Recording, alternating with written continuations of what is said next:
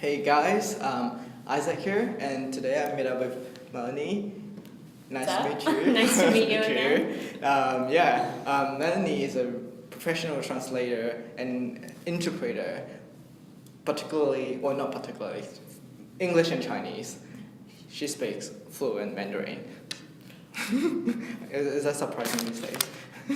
I guess. Okay, right. So let's tell us a bit more about yourself, like your background and why you chose to become a translator and interpreter. Yeah. Okay. I chose to study Mandarin about 8 years ago. Yeah. So now I've been studying for roughly that long. I've lived in China for 3.5 years. At the end of my stay, I knew that I wanted to continue speaking Chinese and use it in my life. So I decided that translation was a good route to go. I've done a lot of translations with video game companies and literature companies, as well as more professional, like legal or leasing contracts. So I feel like once I decided to really make it my life, it just happened very quickly. Well, it's a bit broad, like translation, because you mentioned about games and then leasing contract and legal as well. Is there any industry that you are going to focus on, or? It's true that I'm quite broad right now, but because I've only been translating for about 1.5 years, I want to maintain a wide horizon until I kind of decide what is my favorite type of translation, and then I really want to hone in on that skill.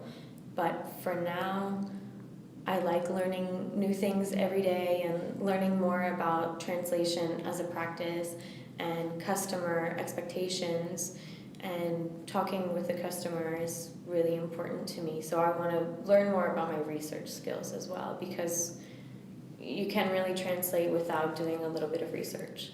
True, and you need to communicate with the clients a little bit more before you start a project, I believe. Because like I know a lot of translators, they just receive the jobs from the translation companies and they don't really get an opportunity to communicate with the clients directly. That's true. Yeah. It's really true. It's important to talk with the client and understand their expectations, which is normally a project manager's role if you're working with a translation company.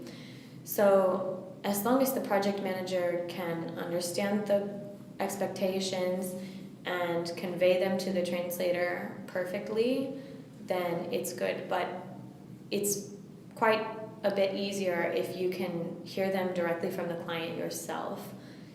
This is a problem in the traditional translating field, because obviously your client doesn't want you to know their client.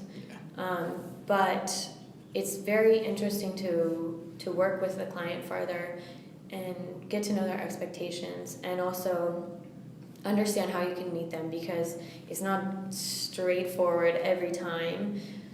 For instance, I've had video games where the client told me their expectations, but maybe didn't provide as much information as they could have provided to me, so I can meet their expectations.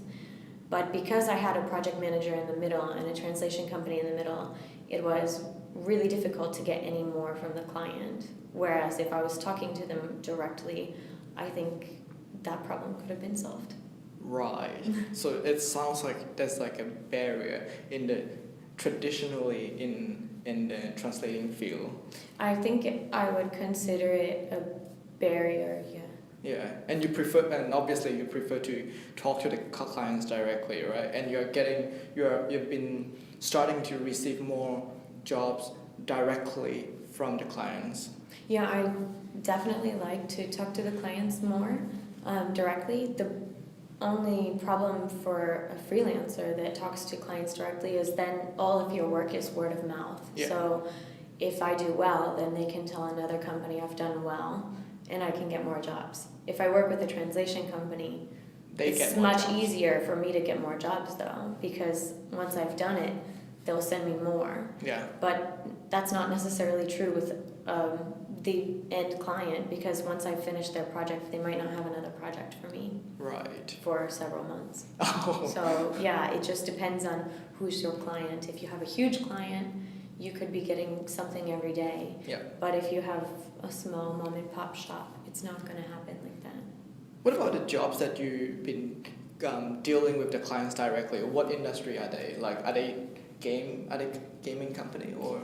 My direct clients have been more in marketing. Marketing, because I would say that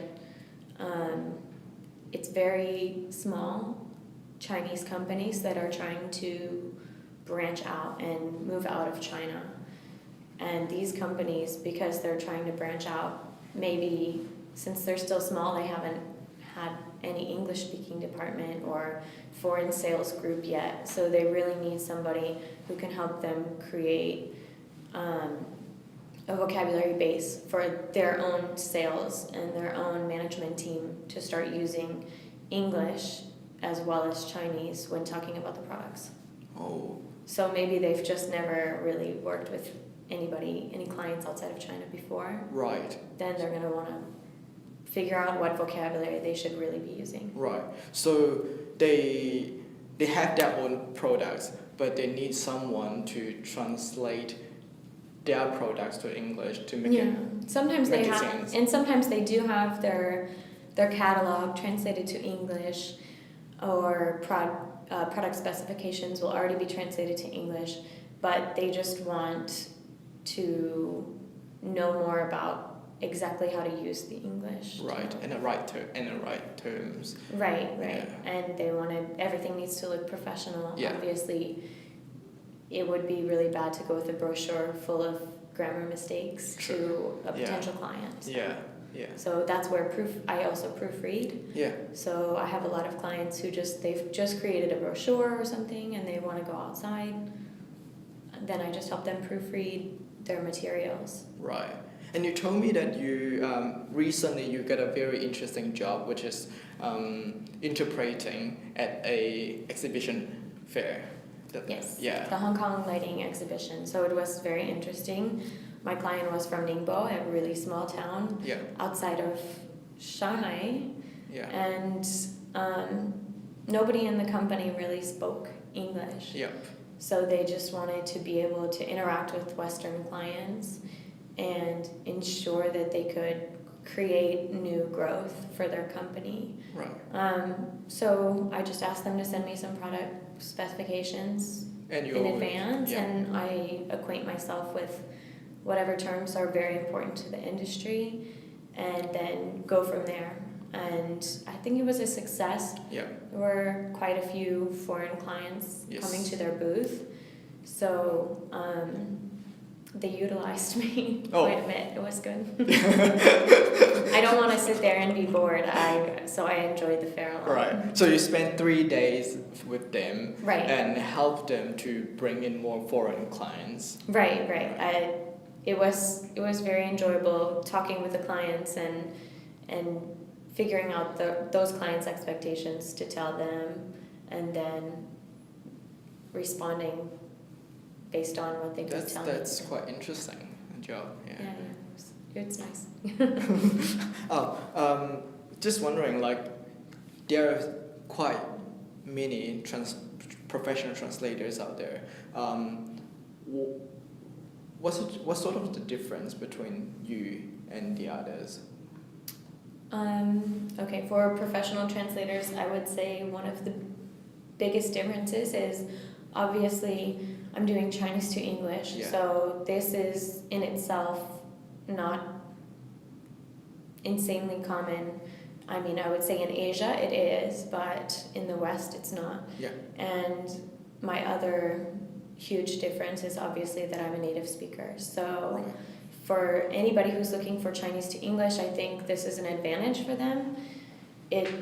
There's more competition, it's more competitive. You can definitely get a lower rate if you choose somebody whose second language is English. Yes. but the quality is not guaranteed. There are certain idioms that are so difficult to express if it's your mother tongue, it's easier to express an idiom. But if you're going to your second language in the translation process, then it's really iffy on whether it's going to sound perfect to a person whose native tongue is English. Yeah, I get what you mean, because very often we do see a lot of brochures that they just don't make sense. Right. Yeah.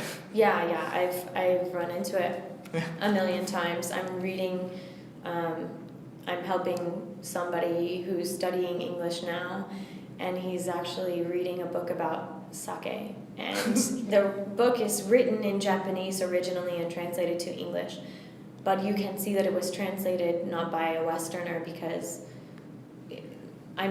it's well translated, but it doesn't exactly sound like a native English speaker wrote it. Yeah. Which, if you have somebody reading and it's their second language, they might not notice. But he noticed. He said, I don't think this is an American or a British person writing. I said, well, I don't think so. It's translated. Yeah, that's a problem. Yeah, and lo and behold, at the end of the day, we looked it up. And on the back of the book, it's written, translated by, and it has a Japanese name. So you just get a different product at the end. Right. Okay. One very last question. Anything else do you feel like want to let your potential clients to know about you or your services? Yeah, I think that it's very important for the translator to be focused on quality and research and dedicated to meeting the expectations of the client. And this is something that I'm dedicated to and I want to do because I don't want to be in the traditional translation field where I have somebody in the middle and I'm away from the client. So because I don't want to be in that position, it means that I'm going to listen to the expectations and I really want to meet them because my name, like I said, will only travel by word of mouth and that's how I'll get jobs.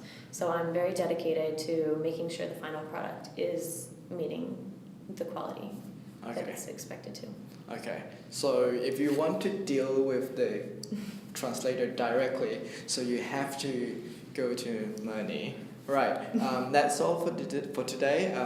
Nice to meet you again, and for more information, please check out tooeasy.com.hk and look for Melanie.